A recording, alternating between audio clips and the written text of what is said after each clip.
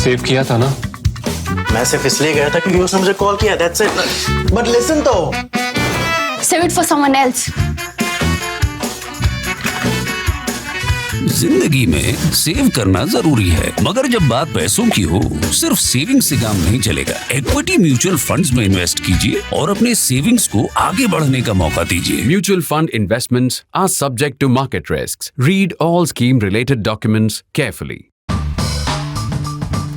This is the long weekend for Independence Day, so my greetings to begin with. And you know what? There's been so much politics, even around time when the whole country is talking about Independence Day, the tricolor. Even the tricolor is all politicized. So there's a lot of politics to talk about. Also, there's been stuff happening in Bihar that we spoke about just a couple of days back. We'll talk about something which is of great importance on the larger strategic plane. It is not something that needs to be tackled right now. It's not something that tells us how to get the Chinese off their dharna in Ladakh.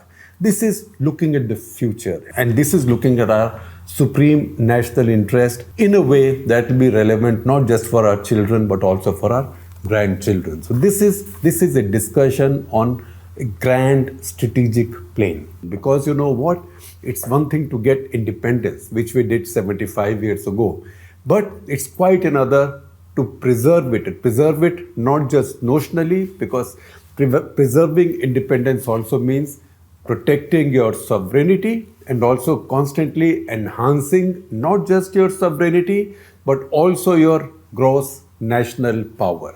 And we live in a very hostile, very challenging environment, because no country can choose its neighbors. As Mr. Vajpayee, Atal Bihari Vajpayee used to say, you can't choose your neighbors, right? Your neighbors you inherit from geography.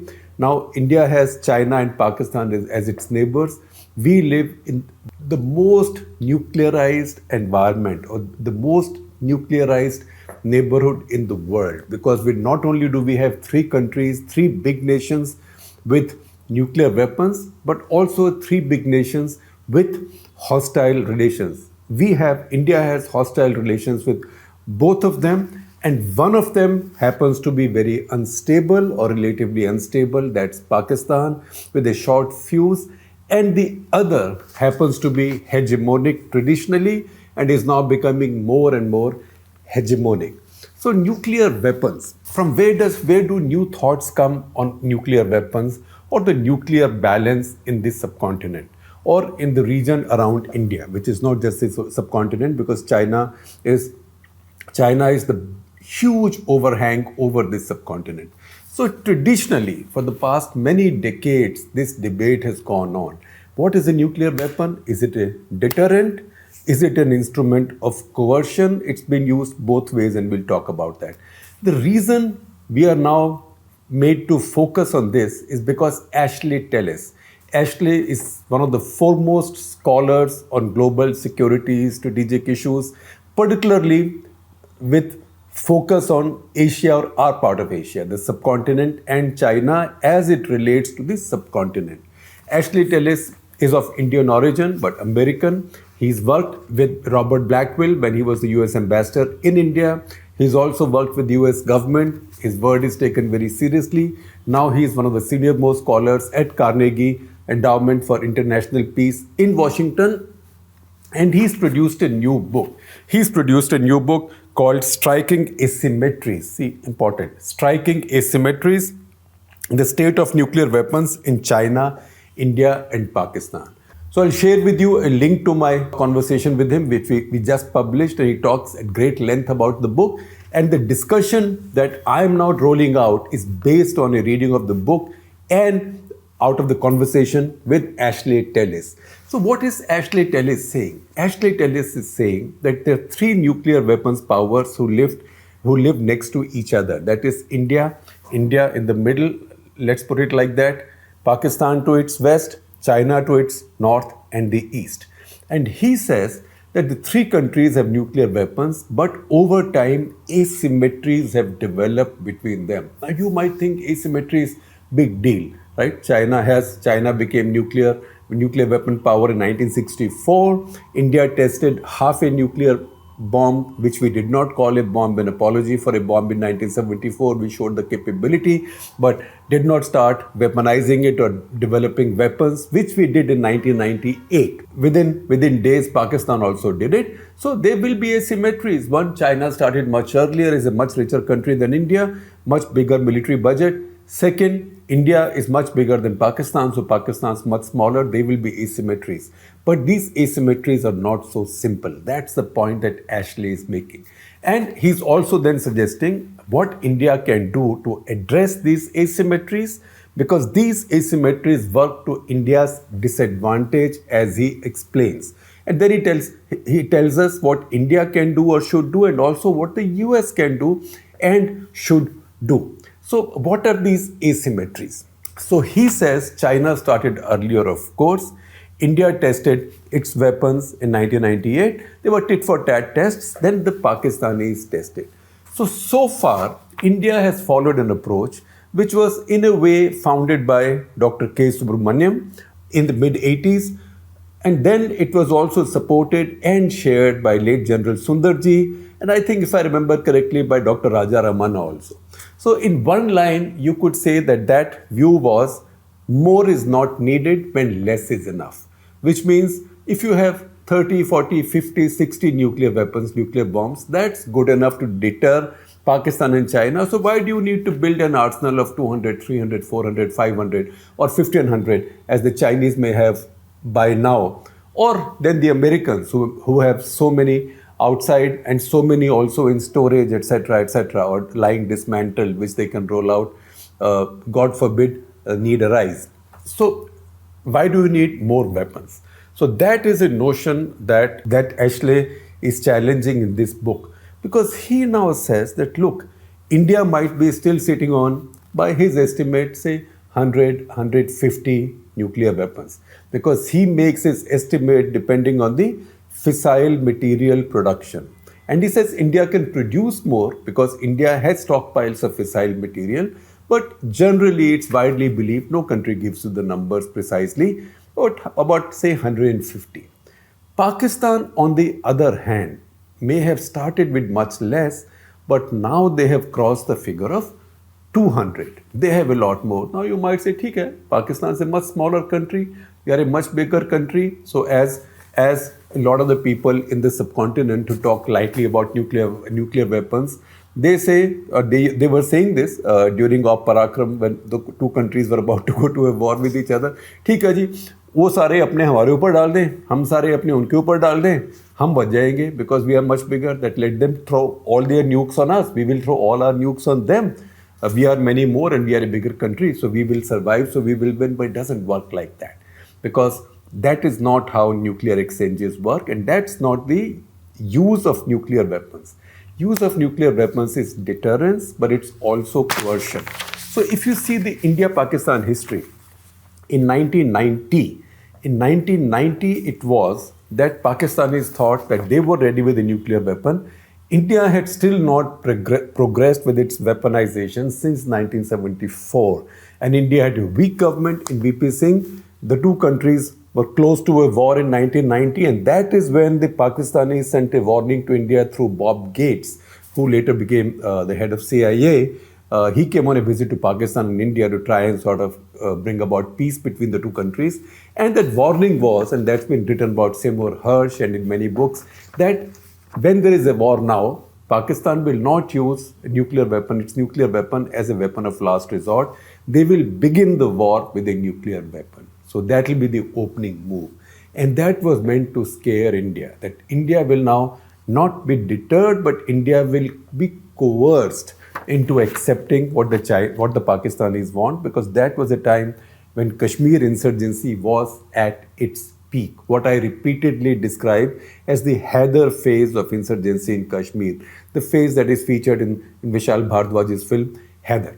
Now that is when the Pakistanis figured that they could get India worried, because India wasn't quite ready. Then India worked feverishly, and India produced its weapons, openly weaponized, declared itself to be a nuclear weapon power, as did the Pakistanis.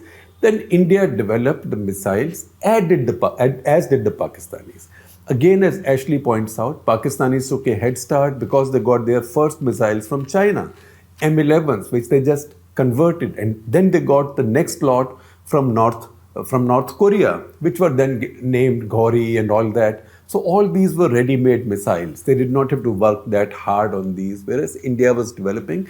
Once again, say in another 5 years or so, there was a balance, and then, as you would imagine, India might have had more weapons, more missiles. So both countries now thought that they had enough to deter each other. Then, as Ashley explains, talk emerged that India was working on a cold start doctrine. Cold start doctrine is that hot start is like Parakram, that you will pile up all your forces on the borders and then threaten war. By that time, you take too long because mobilization takes a long time. The other side has the time to get their defenses ready. So General Deepak Kapoor, when he was Chief of Army Staff, he had mentioned the cold start idea someplace. I'm not sure how seriously it was done, or was it war gamed, but he mentioned the idea. And that was enough to get the Pakistanis triggered. So Pakistanis thought if India will do a cold start, that is without full mobilization of bandobast, just move into one area and use that as an instrument of coercion, then they needed to build tactical nuclear weapons. Tactical nuclear weapons have very little of nuclear warheads. So say if the standard nuclear bomb that India and Pakistan have would be about 15 kilotons, that's a Hiroshima-sized bomb, then a tactical nuclear weapon can be as little as half a kiloton. So it can be used to stop an armor charge, because initially Pakistanis thought masses of Indian armor will come down the desert in sort of Multan sector, as it's called, southern Punjab, or as was imagined, say, in the European theater in the days of the Cold War. But now they think that these small Indian units suddenly come in, relatively smaller, not as if 10 commandos will go in, relatively smaller, maybe 100 tanks, something like that. Then they can deter them with the threat of an early use of tactical nuclear weapons. Now, of course, Indian doctrine has always been, it's a publicly stated Indian doctrine, that if anybody uses weapons of mass destruction against us, they will be a disproportionately high, massive, devastating response. The size, the kilotonnage, the target, etc. of weapon of mass destruction used against India does not matter. India's response will be total retaliation. Now the Pakistanis, Ashley says, have moved on, and this is not what he says now. I'm interpreting him, that he is now suggesting that Pakistanis could be thinking that with these small nuclear weapons, Pakistan has a much larger diversity of nuclear weapons, he says. A lot of them are heavy on different kinds of missiles, different ranges, and different strength. So given all this, Pakistanis might be willing to use this as a weapon of coercion. So tomorrow, say, look, we are now carrying out this low intensity conflict in your area. But if you try and do something like carry out another Balakot kind of raid, then we will toss one tiny nuclear missile at you and defy you to escalate it. So he said the Pakistanis have got there.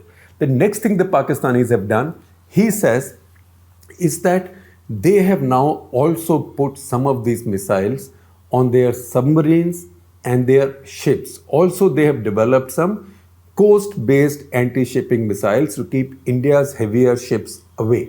Now, all this has helped Pakistan bridge the gap. So that is what India has to worry about. The second thing he says is China. Now, unlikely that China will use nuclear weapons against India in the normal course. And Chinese are not looking at fighting a conventional war with India, he says. But they would like coercion, and they would also like dadagiri, which is what the Chinese want to do. So today you might think that we have the bombs. If the Chinese cross a certain line, we'll be able to defy them with nuclear weapons. But he says there are some major differences. One, Indian bombs are still in the non-thermonuclear age.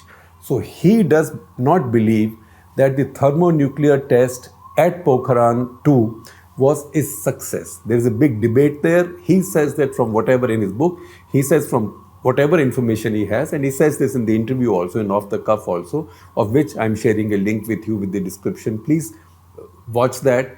Ashley is a wonderfully articulate guy. You may or may not agree with him, that's your choice, but he makes his case very, very persuasively. So he says that, look, India is still in the kiloton bomb age, which means the Hiroshima size bomb age. The Chinese, on the other hand, have gone into the thermonuclear age.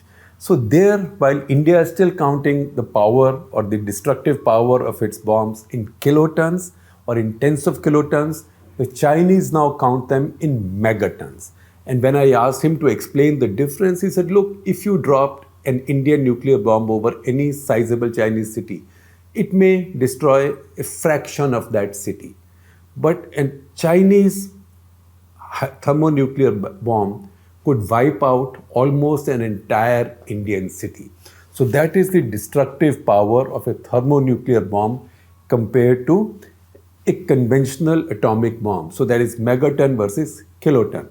And that is where he says India needs to make a lot of progress if India wants to keep its deterrent at a credible level.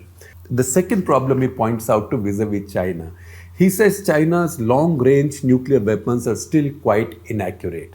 So the weapons they may fire at the US, for example, notionally, theoretically, God forbid, those are still quite inaccurate. So they can't be sure that with those weapons, they can take out the stockpile of America's nuclear weapons, because those are inaccurate weapons. But their shorter range missiles have become deadly accurate now, very accurate.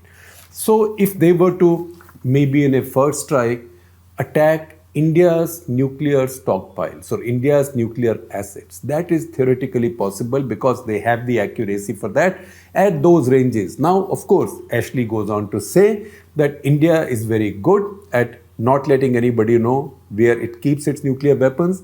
India keeps ambiguity, which is very sound and very impressive. But if these days with technology that's available, who knows what the Chinese can find out when. So again, God forbid, I will use many God forbids in this case, because a nuclear bomb is not an oversized daisy cutter. A nuclear bomb is very, very, very destructive, and a thermonuclear bomb, you don't even want to imagine. So he says, in Chinese might think tomorrow, because you have the nuclear weapons, because you want your protection, balance of terror, etc., etc. So the Chinese might think if they can take out all your nuclear weapons or most of your nuclear weapons, and in any case your nuclear weapons are sort of 10 kilotons, 15 kilotons, then they can take some chances. In which case is India's deterrent credible? For India's deterrent to be credible, you need a proper triad, which means you have to have nuclear weapons in your nuclear submarines, which are sitting over long periods of time underwater, which nobody can track. So these submarines have to have very good engines, nuclear engines, very good missiles, and they have to be very silent. So he says, he acknowledges that India is developing these, the Arihant class as it's called, but it's quite large. It has some power plant issues, there are technology issues. How much help can India get from Russia, for example? Also, how much noise can you reduce? Because these have to be very silent submarines. And this is taking time, and this will take time. So he says these submarines still have limitations. And for India to have a deterrence that is credible, it has to have that deterrence sitting underwater, where the Chinese can never be sure that they know where it is. All nuclear scenarios are theoretical. They sound sort of like fantasies, but that is how you try and stay ahead of all threats. So if they can be reasonably sure that in a first strike they can take out all of India's nuclear weapons, then it might embolden them someday, or it might deter them less when it comes to increasing pressure on India on the borders or in a conventional on a conventional plane. But if India also had nuclear weapons, accurate missiles sitting underwater, concealed, that the Chinese cannot find, which is only possible with very good, efficient and quiet nuclear submarines. Now, where does India get these nuclear submarines from? quickly. So he's suggesting a solution which is the exact parallel to what's happened between Britain, America, and Australia, or what is called as Aukas. That is Australia, UK, Australia, UK, and US. So UK and the US have combined to transfer to Australia nuclear submarine technologies and to help Australia build nuclear submarines, which will then be sitting in the Indo-Pacific region, also in South China Sea, etc., etc. These will be silent, etc. But Australia is a non-nuclear weapon country, so these will be SSNs. These will not carry ballistic missiles. Also, the current estimates are that the first ones will come out in 2035.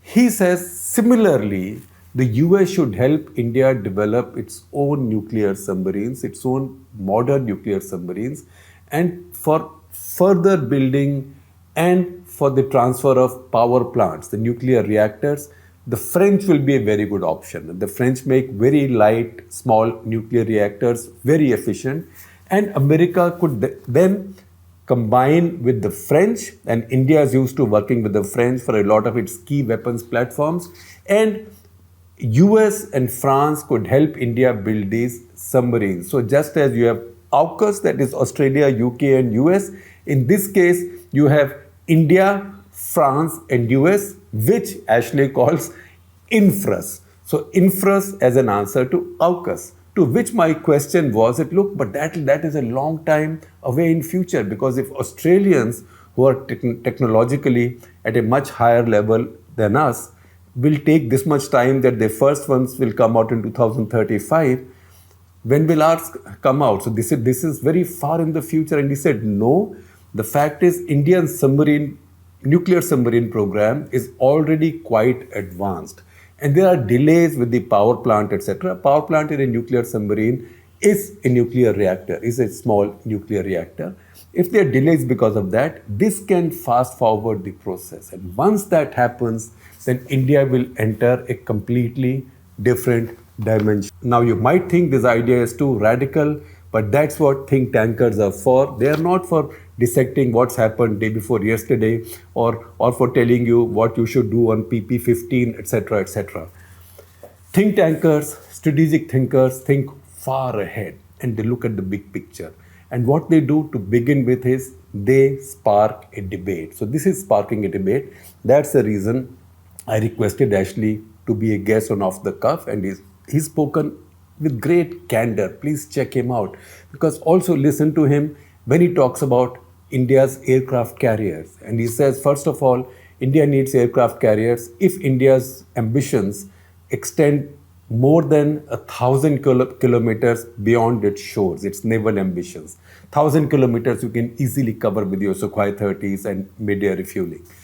Then he says, if your ambitions go to, say, the coast of Eastern Africa, Australia, deep in Indo-Pacific, then you need carriers, but not the carriers you have. Carriers that India has, he says, are very low-tech, very old-style, very manpower intensive. There are too many people sitting on a ship, and we have too little firepower. So to have one squadron of MiG-29s on an aircraft carrier is no use. And then he says that's where, if you really are going to have aircraft carriers, and Indian Navy's idea of IAC-3, which is a 65,000-ton carrier, right? Not these carriers with great limitations of what aircraft they can use, etc., and a small number of aircraft. So he says that aircraft carrier of that size can house enough aircraft for it to have an air power punch. So India has to see if it can afford that and if it wants to do that. But for aircraft carriers to be useful, you need to have them in that big range. They have to be big guys on the seas. They cannot be these smaller aircraft carriers, which in today's naval environment are like toy carriers, not his words, mine. So I would suggest read the book. I just found it very, very stimulating. So I read it. I spoke with Ashley and I thought of sharing this with you.